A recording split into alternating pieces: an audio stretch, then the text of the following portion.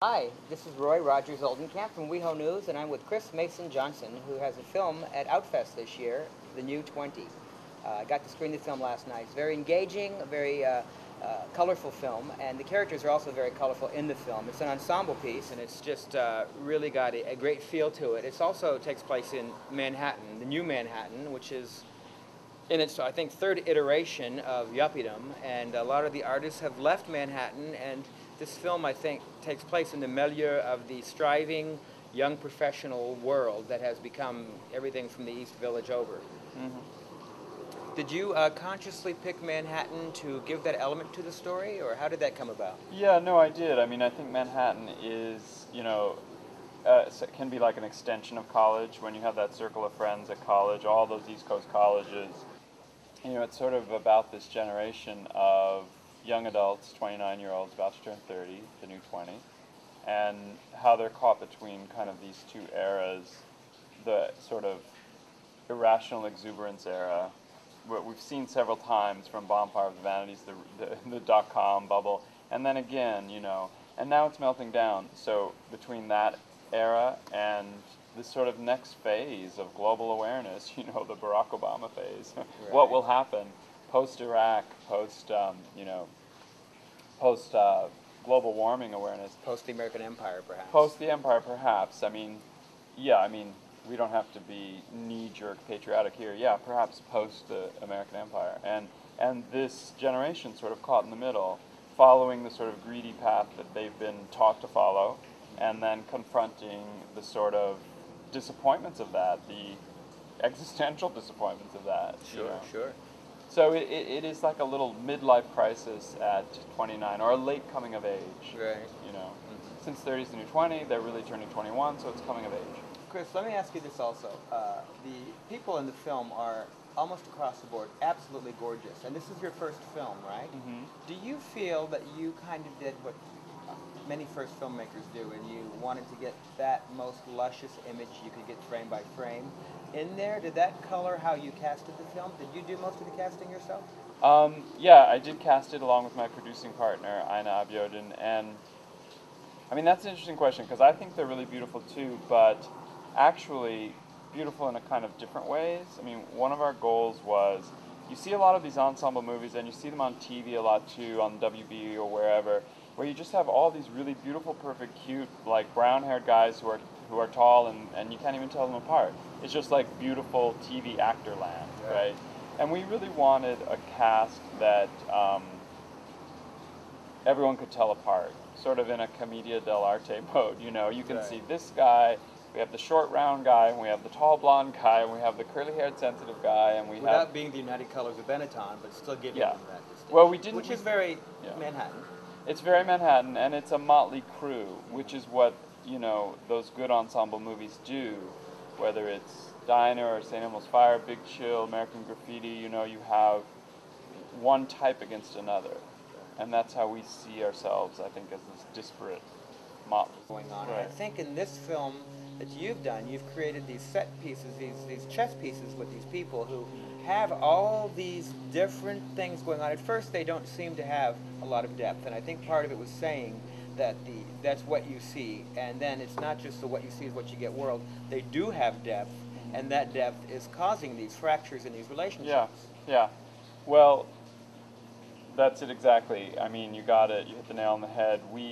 I wanted to make a movie about the way people drift apart and break apart, and the way we cling to a set of friends in one phase of life and then need to move on from them. And I think most of the films and TV shows about friendship say the opposite, and say something I think that's often false, which is friendship lasts forever, and Phoebe and Rachel and whoever they are at the end of that show, they'll hug each other into the future forever.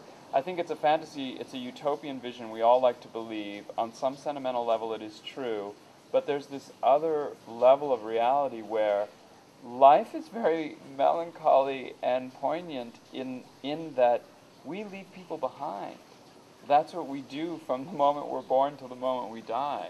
Right. And I was interested in how we leave people behind and in telling that story. I think, I mentioned this earlier to Brian, that it seems like now I'm noticing in Outfest and in culture in generally a point where we've gotten to, not to take away from film that is very gay genre based, but now I think we've gotten to a point in film where it becomes almost an incidental or just another aspect thereof. And that to some that might be a maturity, it might reference into a parallel of gay marriage, like, okay, are we emulating others or being true to ourselves? So I think perhaps it's still controversial. I don't have a controversy with it personally because I think particularly in the case of your film, it doesn't color the film in any different light than I think it would for any other aspect of the film. I think that's clear. Yeah. What is your take and reference on that? Well, yeah, there's, I mean, that's it exactly. It's a complicated issue, and I think there's sort of two sides to it. One is life, what's going on in life. And in life, I think we all know from our lives in these urban centers that your friends are a mix of gay and straight, of black and brown, etc. And you're friends first, and then there are these differences. That's life. In film, I think film tends to make anything it takes on as a subject into an issue. That is the sort of guess who's coming to dinner syndrome. It's a movie's about blacks, so therefore it's about racial prejudice. It's a movie's about gays, therefore it's about violent homophobia, or coming out, or Philadelphia AIDS, etc., etc. So I wanted to think about how to normalize, again, this sort of assimilation mode, which is the cultural wave, and put it into a movie without turning it into an issue. So I don't know if you noticed, but we have a closeted character, sort of a glass closet in the film, and he doesn't come out. Everybody else knows he's gay. We know that from life. You know, the person who just, whatever, won't admit it. Right. But film structure, narrative structure, demands often that you go down certain cliched paths. The closeted character comes out. The man with HIV will get sick, etc. So it was very conscious resisting those cliches so that in fiction, so that I could represent something I knew to be true from life, which was this mixture of gay and straight. So the art house side of it, I think, is growing as a market, and I think it's going to help you out with your film. I certainly hope so. We have one more screening, which is this Sunday, July 20th at the DGA, 12:15 p.m. Okay. Yeah, I think it's a really interesting moment in distribution and film. No one knows what's happening, which is sort of what happened in the early 70s. No one knew.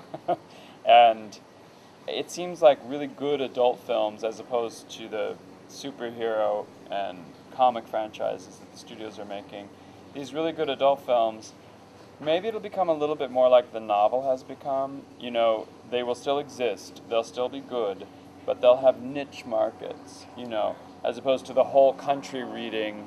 I don't know if the whole country ever read Faulkner, but as opposed to the whole country reading From Here to Eternity, that bestseller, you know. Sure. Now you have all these niche markets for novels, and I think that can be a really healthy market. Right. But it's a new market. So, good luck to you on the film. And you have a second film in mind coming up? Absolutely. Working on a new script. Actually, the script is finished, ready to produce it, working title is Morro Bay.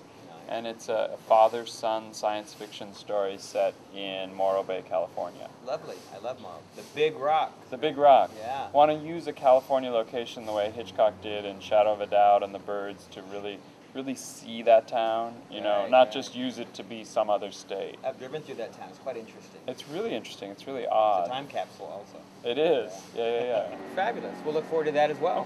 Thank you very much. Thank you.